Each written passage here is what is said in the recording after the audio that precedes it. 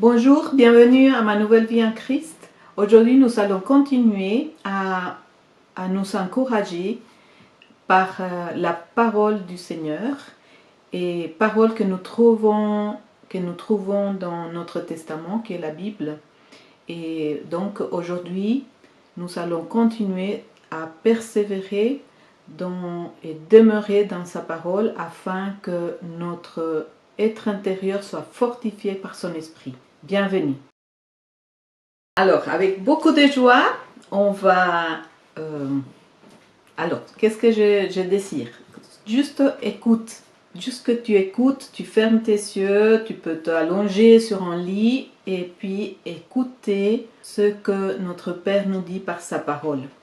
En sachant que lui, il est fidèle, que sa parole accomplit sa volonté tout entière et que nous pouvons vraiment demeurer dans sa parole, nous affermir, nous positionner sur ce qu'elle dit par rapport à l'autorité qu'elle a et aussi sur les ténèbres, n'est-ce pas? Et que sa parole accomplit toute l'œuvre. Alors, nous allons commencer. Je vais juste lire les versets et puis je souhaite que par là que tu sois encouragé, que tu commences l'année bien fortifié et que voilà, notre Père se réjouit aussi de ce que qu'on lui accorde autant d'importance à ce qu'il dit, n'est-ce pas? Donc, je vais commencer. Psaume 46. Quand les flots de la mer mugissent, écument, se soulèvent jusqu'à faire trembler les montagnes. Donc ici, il parle de qu'il y a des situations qui peuvent nous faire trembler, n'est-ce pas? Des situations qui peuvent nous déstabiliser. Des situations qui peuvent venir tout d'un coup aussi. Donc, il nous parle de ça maintenant. Mais il dit, il est un fleuve dont les courants réjouissent la cité des dieux, le sanctuaire des demeures du Très-Haut. Qui est le sanctuaire? Toi et moi. Et Dieu est au milieu d'elle, elle n'est point ébranlée. Écoute bien. Elle n'est point ébranlée. Dieu la secourt dès l'aube du matin. Donc notre Père, il est là avec nous. Quand des situations comme ça commencent, c'est clair, c'est facile à le dire, mais il faut le vivre, n'est-ce pas? Donc, quand on a conscience de qu'il a dit cela, c'est plus facile de nous souvenir de ces paroles quand les situations adverses sont là. Donc, voilà, il nous dit cela. Dieu est avec nous, au milieu de moi. Je ne serai point ébranlé. Il va me secourir ou il me secourt de l'aube du matin. Alors, ensuite, au verset 6, il dit, des nations s'agitent, des royaumes s'ébranlent, il fait entendre sa voix et la terre se fond d'épouvante. Donc, il nous dit que sa parole, quand elle est annoncée, toutes ces situations, toutes ces circonstances sont englobées par sa parole et le pouvoir de sa parole. Parce que la parole de Dieu est esprit et est vie. Donc, maintenant, je vais continuer. Donc, verset 7. L'Éternel des armées est avec nous, avec toi et moi. Le Dieu de Jacob est pour nous une haute retraite. Alors, nous pouvons le dire, Dieu est avec nous, Dieu est avec moi, il est pour moi une haute retraite. Et aussi, avant de continuer, j'aimerais que toi tu saches que dans la description de la vidéo, je vais mettre absolument tous les versets. Donc, il ne faut pas t'inquiéter de prendre note maintenant. Juste écoute. Et comme on dit, laisse-toi baigner par la parole de Dieu. Alors, il dit, le psaume 103, il dit, c'est lui qui délivre ta vie de la fosse. C'est lui qui te délivre de la fosse, qui te couronne de bonté et de miséricorde. C'est lui qui rassasie de bien ta vieillesse. Écoute bien et réfléchis. Il te dit c'est lui qui te délivre de la fosse. C'est lui qui te couronne de bonté et de miséricorde. Pourquoi de miséricorde? Parce que des fois, nous sommes en train de louper le but ou de désobéir et que nous pouvons nous repentir et revenir à lui, n'est-ce pas?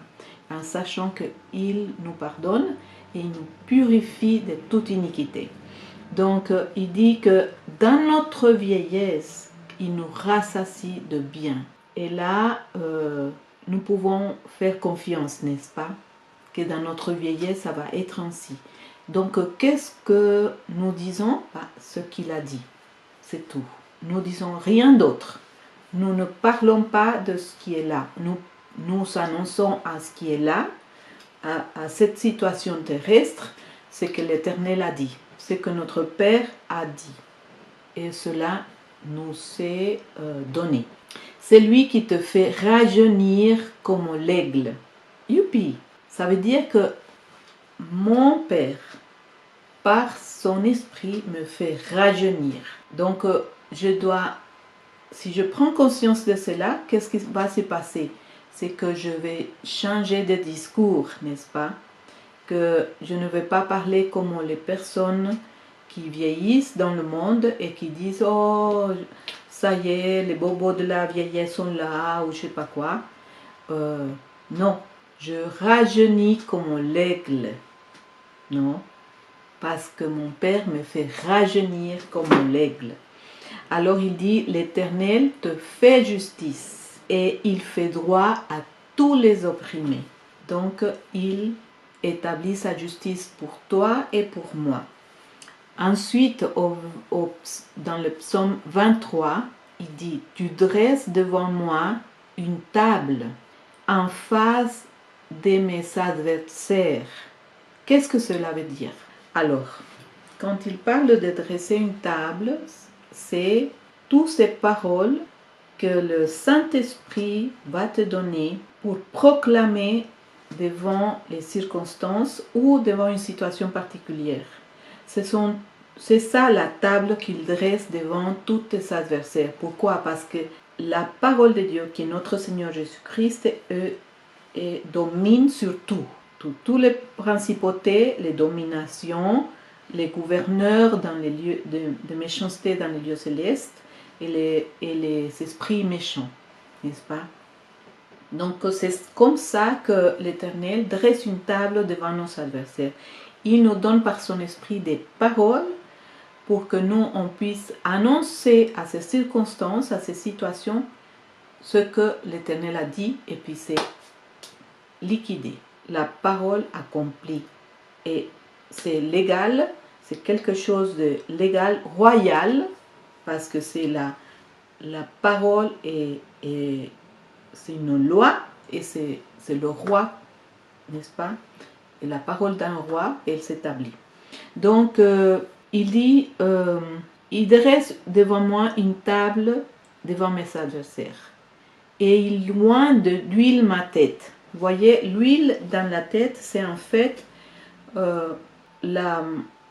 l'onction du Saint-Esprit ensemble avec les paroles qu'il nous rappelle à chacun de nous quand nous avons des situations. Donc, c'est de cette façon. C'est l'huile du Saint-Esprit, c'est ça. C'est le Saint-Esprit en nous. Et qu'est-ce qui se passe? Notre coupe déborde à ces moments-là. Elle déborde et puis ça veut dire que au lieu que les circonstances nous submergent, c'est les eaux de l'esprit qui viennent déborder à l'intérieur de nous. L'eau de l'Esprit Saint. Alors, le psaume, Éphésiens 3:20, il dit « Or, à celui qui peut faire par la puissance qui agit en nous, infiniment au-delà de tout ce que nous demandons ou pensons. Vous voyez que même quand nous sommes courts dans notre pensée de savoir comment la situation elle va se résoudre parce qu'on ne voit pas par quels moyens cela peut se produire. Par contre, notre Père nous dit ici dans Ephésiens 3:20 que lui, il peut faire au-delà de ce que nous pensons ou croyons, donc, ou de ce que nous avons demandé. Donc, nous pouvons avoir confiance que même si nous ne voyons pas, lui, il sait comment il va apporter la solution. Alors, le psaume 90, 14. Rassasie-nous chaque matin. Ça, c'est une prière que nous pouvons faire. Rassasie-nous chaque matin de ta bonté et nous serons toute notre vie dans la joie et l'allégresse. Vous voyez, c'est vraiment une belle prière, n'est-ce pas? Ça veut dire que si depuis le matin, je m'attends à sa bonté, je verrai sa bonté et sa gloire dans ma vie et sur ma vie. Le psaume 107, verset 9. Car il a satisfait l'âme altérée et il a comblé de bien l'âme affamée. Donc il nous dit qu'il vient au secours de qui? De notre âme. Pourquoi? Parce que c'est notre âme qui est attachée aux émotions et aux sentiments, n'est-ce pas? C'est elle qui souffre, c'est notre âme. Donc, il nous assure qu'il va satisfaire notre âme qui est altérée et qu'il va combler de bien l'âme, c'est-à-dire notre âme qui est affamée de quoi? De sécurité. Tous les besoins de notre âme, il va venir les combler. Pourquoi? Parce que c'est lui qui pourvoit absolument tous nos besoins. Alors, le psaume 145, 16 nous dit ceci. Tu ouvres ta main et tu rassassies à souhait tout ce qui vit. N'est-ce pas merveilleux? Notre Père, quand il ouvre sa main, il rassassie de vie tout ce qui vit. Il rassassie tout ce qui vit.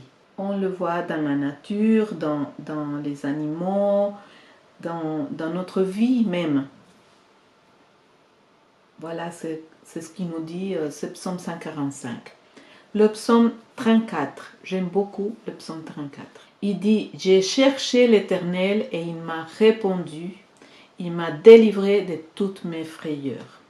Vous vous souvenez, dans Matthieu 7, verset 7, il dit, frappez et on vous ouvrira. Demandez et on vous répondra. Cherchez et vous trouverez. C'est une promesse qui est solide. Et donc ici, le psaume 34 nous dit, nous avons cherché, non? Que si nous sommes en train de chercher, on va trouver. Et on va nous répondre. Donc ici, ce David, parce que je pense que c'est David qui a fait le psaume 34, j'ai cherché l'Éternel et le Seigneur lui a répondu. Et il l'a délivré de toutes ses frayeurs. Donc, c'est la même chose pour nous parce qu'il ne fait pas de différence entre David et nous, d'aucune manière.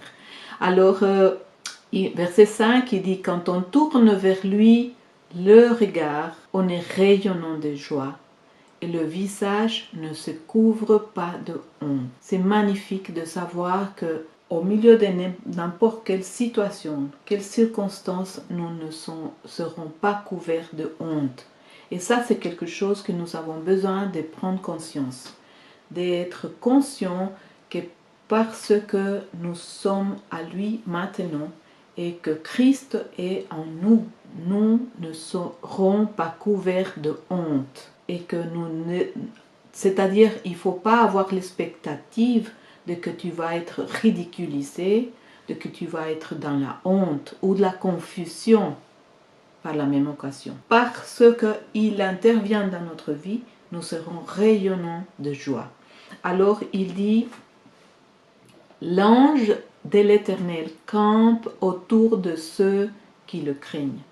Donc nous savons l'ange de l'Éternel qui est avec nous tout le temps, pas de temps en temps, c'est tout le temps. Même quand nous ne sommes pas conscients, même quand nous n'avons pas le sentiment ou l'émotion qui nous montre que tout le temps, c'est ainsi. Et qu'est-ce qu'il dit? Que parce que l'ange de l'Éternel est là, il nous arrache au danger. Vous voyez, il nous arrache au danger. Il faut s'en souvenir. C'est pour ça que nous lisons sa parole, c'est notre testament. Alors il dit, sentez, verset 8, sentez et voyez combien l'Éternel est bon. Heureux l'homme qui cherche en lui son refuge. Condition, chercher à se confier en lui en fait. Ça c'est la condition. Chercher Dieu, chercher à son Père, ton Père, le chercher et déclarer qu'il est ton refuge, que c'est lui ton aide, ton secours. Alors, verset 9, craignez l'Éternel, vous ses saints, car rien ne manque à ceux qui le craignent. Donc, quand il dit que rien ne manque à ceux qui le craignent, c'est rien. Rien va nous manquer. Absolument rien. Et c'est à toi et à moi d'aligner notre pensée avec cette parole-là. Et me dire, maintenant, s'il y a un raisonnement dans lequel je me dis, ça, je vais manquer de quelque chose, peu importe quoi, au niveau affectif, au niveau économique, au niveau de la santé, qu'est-ce que j'en sais? Bah, tu te dis non, je vais manquer de rien. Pourquoi? Parce que mon Père l'a dit. Et lui, il est Dieu. Et il nous annonce toujours la vérité. C'est pas un menteur. Le menteur, c'est quelqu'un d'autre, n'est-ce pas? Alors, Job 36, 16. Il te retirera aussi de la détresse pour te mettre au large en pleine liberté, et ta table sera chargée de mets succulents. Je crois que je n'ai rien à ajouter là-dedans. Elle est magnifique, cette promesse, n'est-ce pas? Une promesse qui peut s'accomplir si toi tu le crois. Tout à fait. Et si toi tu le dis aussi. Parce qu'il faut les deux choses. Si tu crois, tu parles comment toi tu crois. Alors, Ésaïe 40, verset 31, il dit « Ceux qui se confient en l'Éternel renouvellent leur force. » Donc, il y a quelque chose qui se passe quand nous mettons notre confiance en Dieu, que notre force vient à être renouvelée. Et il dit « Ils prennent le vol comme les aigles. » Qu'est-ce que cela signifie? Ça veut dire que parce que nous sommes fortifiés, n'est-ce pas, dans notre être intérieur, parce que nous proclamons que nous lui faisons confiance, qu'il est notre refuge, qu'il est ce bouclier autour de nous, alors il nous fait voler au-dessus des circonstances. Ça veut dire qu'il va élever notre esprit de façon à que nous puissions voir les circonstances ou la situation depuis sa perspective à lui. Et cela, c'est merveilleux. Donc on vole comme les aigles, parce que les aigles volent au-dessus des montagnes. Et les montagnes, c'est une image de ces situations adverses, des circonstances adverses. Donc c'est quelque chose que nous pouvons proclamer tout le temps. Alors il dit, il court et ne se lasse point. Il court et ne se lasse point. Il marche et ne se fatigue point. Donc nous sommes constamment renouvelés dans tout notre être en fait. Donc pas lieu à la fatigue, pas lieu à se lasser, à se dire j'en ai marre. Mais cela peut nous arriver. Oui, parce que notre âme parfois elle est submergée. Il y a une séparation de notre esprit avec notre âme à ces moments-là. Ça peut nous arriver de dire je ne peux plus. Oui, mais sache que Jésus est là et qu'il viendra à ton secours. et que lui, il est ta force. C'est ce qu'on disait dans la vidéo précédente, n'est-ce pas? Il est notre force. Alors, ensuite, il dit, verset 2, « Si tu traverses le seau, je suis avec toi. Si tu traverses les fleuves ne te submergeront point. Si tu marches dans le feu, tu ne te brûleras pas, et la flamme ne t'embrassera pas. » Ça veut dire quoi? Protection totale. 100% protégé par notre Père Céleste. Peu importe quelle situation on est en train de traverser. Parce que là, ni les eaux, ni le feu, c'est des choses très, très réelles. Souvenez-vous de Daniel quand il était avec les deux autres dans la fournaise, n'est-ce pas? Ni le feu. Donc, croyons à cela. La parole nous dit que nous pouvons amener notre pensée captive à quoi? Captive à la vérité, c'est-à-dire à cette vérité. De que absolument rien peut nous nuire et qu'il est là pour nous protéger. Peu importe la situation, peu importe les circonstances. Alors, verset 3, il dit « Car je suis l'Éternel, ton Dieu, le Saint d'Israël, ton Sauveur. J'ai donné l'Égypte pour ta rançon et l'Éthiopie et Saba à ta place. » Il a payé un prix très très fort, que c'est le sang de Jésus notre Seigneur, qui a coulé pour ta vie et pour la mienne. Alors, Ésaïe 43, 7, il dit « Tous ceux qui s'appellent de mon nom et que j'ai créé pour ma gloire, que j'ai formé et que je fais. » Ça parle d'appartenance. Ça parle de que tu lui appartiens et que moi je lui appartiens. Et parce que nous lui appartenons, il prend soin de nous. Pourquoi? Parce que lui, il sait prendre soin de ce qui lui appartient. Et nous sommes précieux.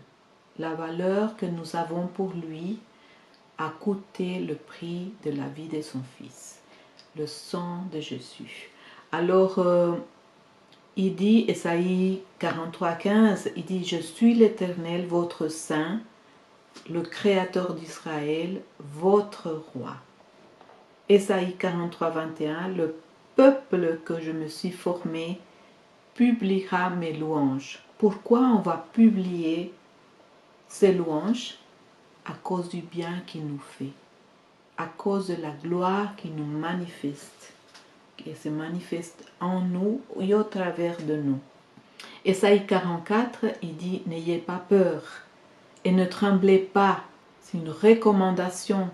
Mais qui peut obéir à ça? Toi et moi. C'est une décision que nous prenons d'obéir, de ne pas avoir peur et ne de pas craindre, ne pas trembler. Ne t'ai-je pas de longtemps annoncé et déclaré, dit l'Éternel, vous êtes mes témoins. Y a-t-il un autre Dieu que moi? Il n'y a pas d'autre rocher, je n'en connais point. Donc, en même temps qu'il nous dit ne tremblez pas, ne soyez pas effrayés, n'ayez pas peur, il nous dit, moi je suis l'Éternel, je suis ce Dieu qui vous a appelé comme témoin de quoi? De ma gloire, vous allez voir ma gloire au milieu de ces circonstances, vous allez voir ma gloire au milieu de ces situations. Donc, n'ayez pas peur. Ensuite, Ésaïe 26, 4, il dit, confiez-vous en l'Éternel à perpétuité. Donc, c'est pas aujourd'hui seulement que je vais mettre ma confiance en lui.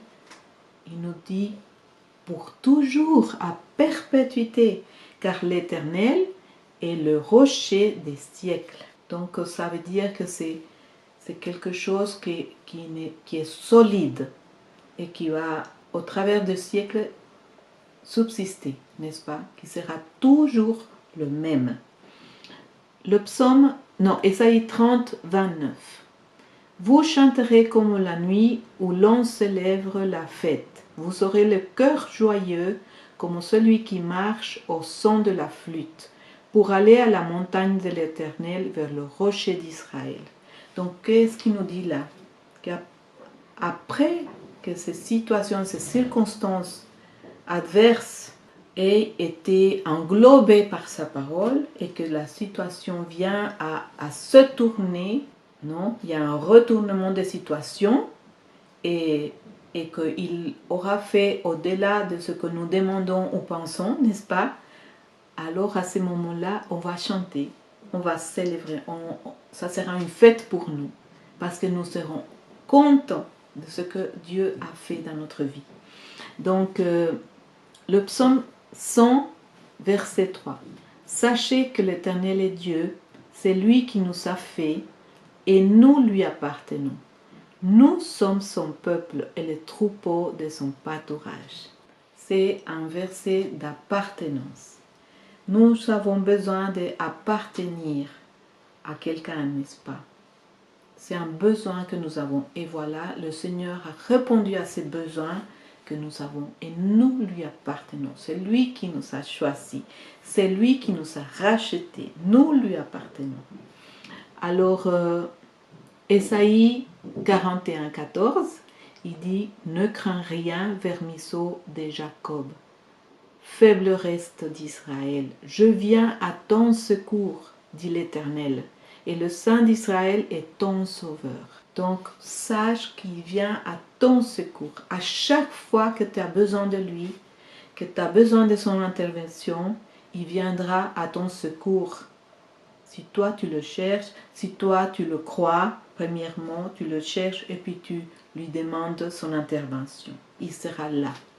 Il sera là et il va vraiment te donner la victoire sur chaque situation adverse, chaque circonstance, peu importe qu'est-ce que c'est.